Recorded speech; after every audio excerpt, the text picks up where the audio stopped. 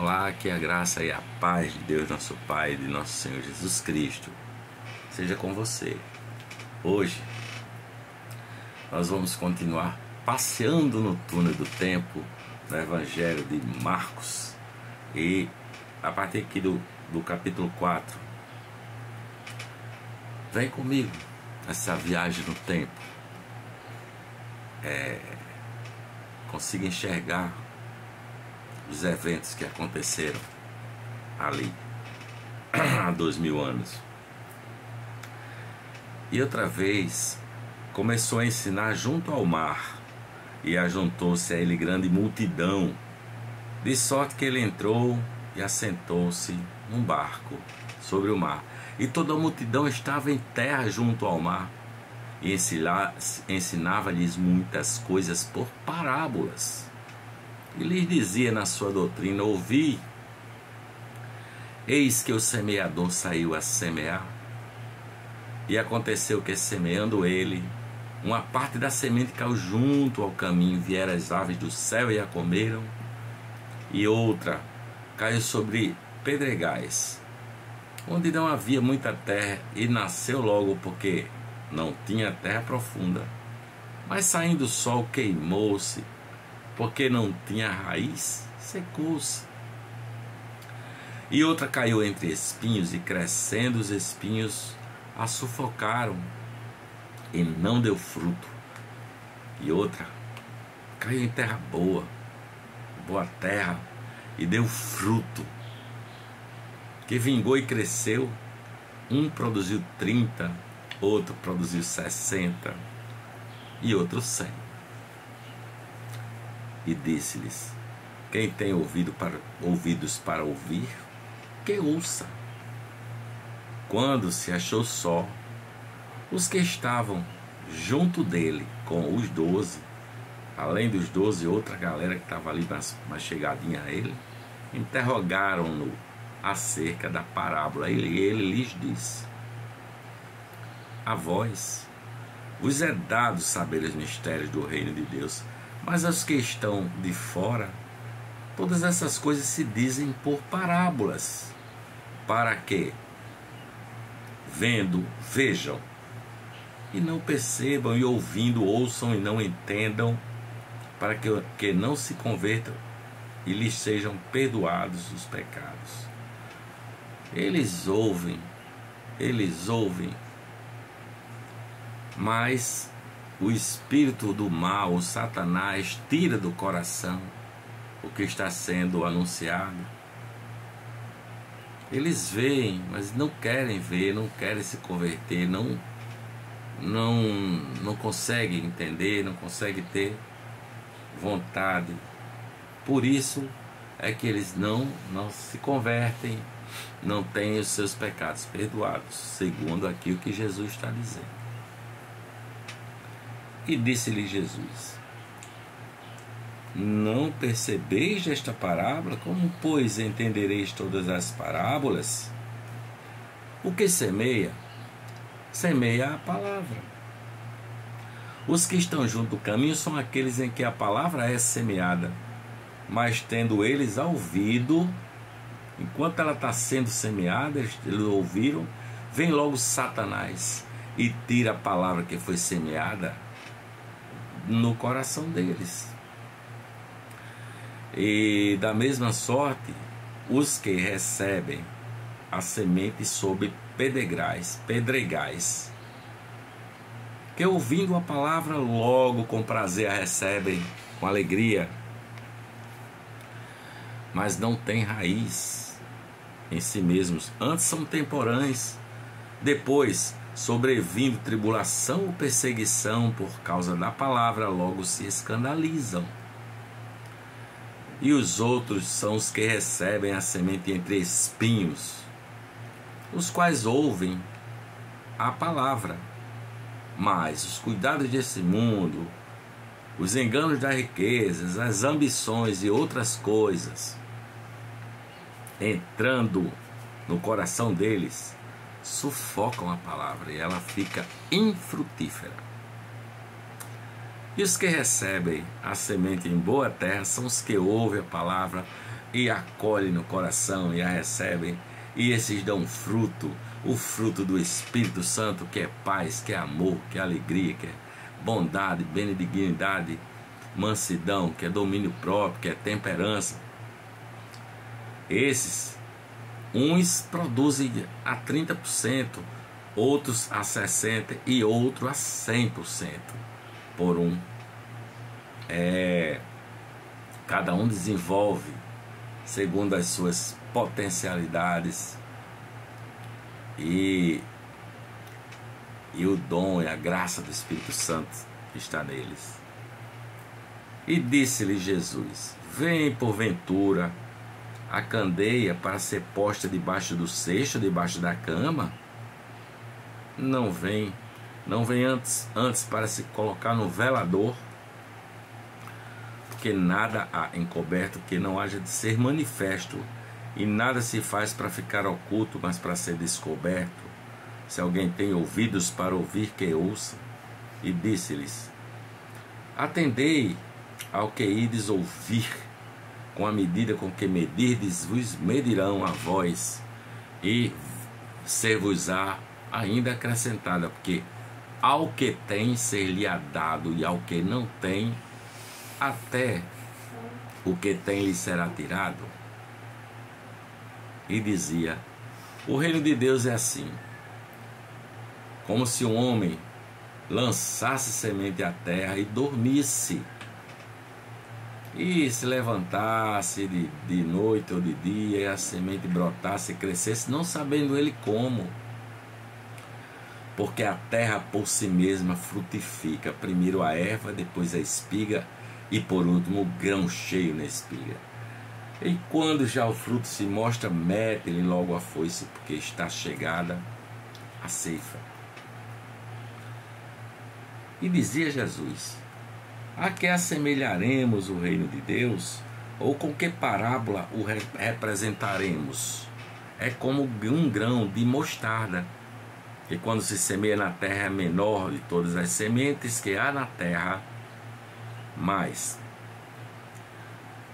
tendo sido maior das sementes, mas tendo sido semeado, cresce e faz-se a maior de todas as hortaliças, e cria grandes ramos, de tal maneira que as aves do céu podem aninhar-se debaixo da sua sombra.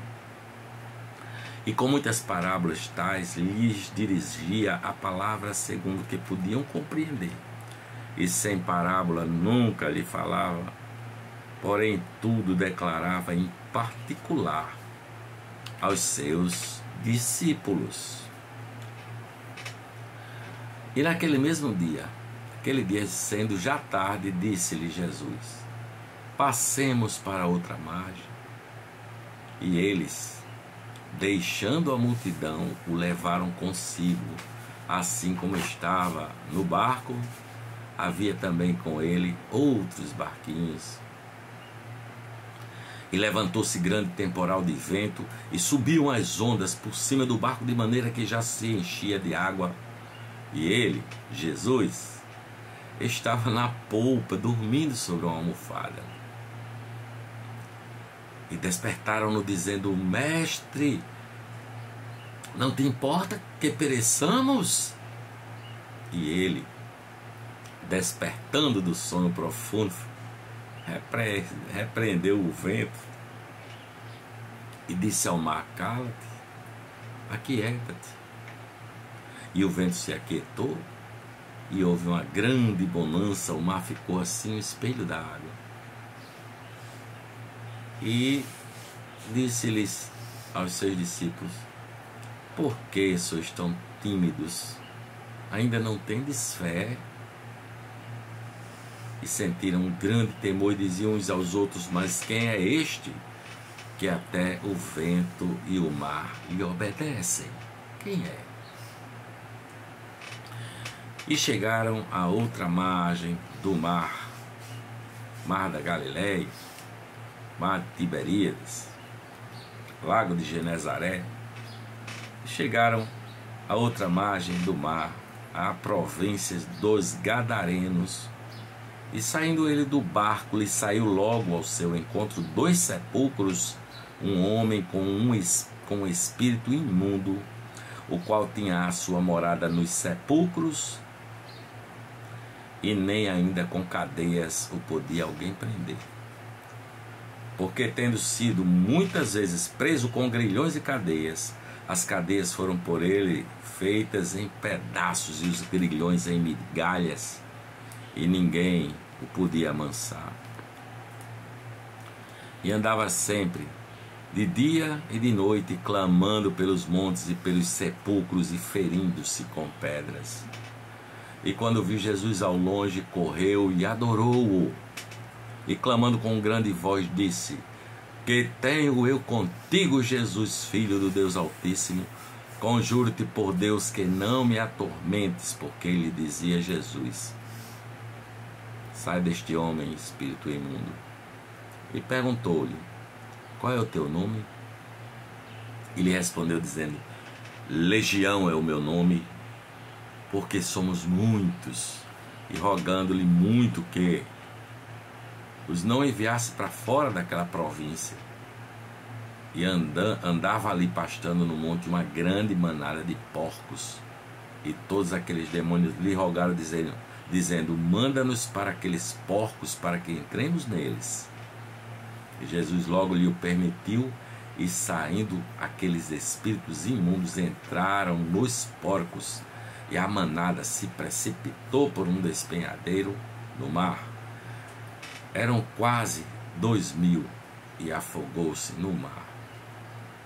E os que apacentavam os porcos fugiram e o anunciaram na cidade e nos campos, e saíram muitos a ver o que era aquilo que tinha acontecido, e foram ter com Jesus, e viram o endemoniado, o que tivera a legião, assentado, vestido e em perfeito juízo, e temeram. E os que aquilo tinham visto contaram-lhes o que acontecera ao endemoniado e acerca dos porcos, e começaram a rogar-lhe que saísse do seu território, e entrando ele no barco, rogava-lhe o que for endemoniado que o deixasse estar com ele. Jesus, porém, não lhe o permitiu, mas disse-lhe: Vai para a tua casa, para os teus, anuncia-lhes quão grandes coisas o Senhor te fez, e como teve misericórdia de ti. E ele foi e começou a anunciar em Decápolis quão grandes coisas Jesus lhes fizera, e todos se maravilhavam. E passando Jesus outra vez num barco para o outro lado, ajuntou-se a ele uma grande multidão, e ele estava junto do mar. E eis que chegou um dos principais da sinagoga, por nome Jairo, e vendo-o, prostou-se aos seus pés e rogava-lhe muito, dizendo: Minha filha está moribunda, rogo-te que venhas e lhe imponhas as mãos para que sare viva. E foi com ele. E seguia-o uma grande multidão que o apertava, e certa mulher que havia 12 anos tinha um fluxo de sangue, e que havia padecido muito com muitos médicos, e despendido tudo quanto tinha, nada lhe aproveitando isso, antes indo a pior, ouvindo falar de Jesus, veio por detrás, dentre a multidão, e tocou na sua vestimenta, porque dizia no seu coração: Se tão somente tocar nas suas vestes, sararei. E logo se lhe secou a fonte do seu sangue, sentia no seu corpo estar já curada daquele mal. E logo Jesus, conhecendo que a virtude de si mesmo saíra, voltou-se para a multidão e disse: Quem tocou nas minhas vestes? Disseram seus discípulos: Vês que a multidão te aperta e dizes: Quem me tocou? E ele olhava em redor para ver a que isso fizera. Então a mulher, que sabia do que tinha acontecido, temendo e tremendo, aproximou-se, prostrou-se diante dele e disse-lhe toda a verdade.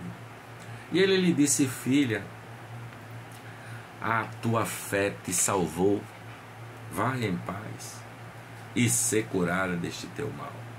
Estando ele ainda falando, chegaram alguns dos principais da sinagoga, a quem disseram: a tua filha está morta, para quem fadais mais o mestre? E Jesus, tendo ouvido estas palavras, disse ao principal da sinagoga: não temas, crê somente. E não permitiu que alguém o seguisse, a não ser Pedro e Tiago e João, irmão de Tiago.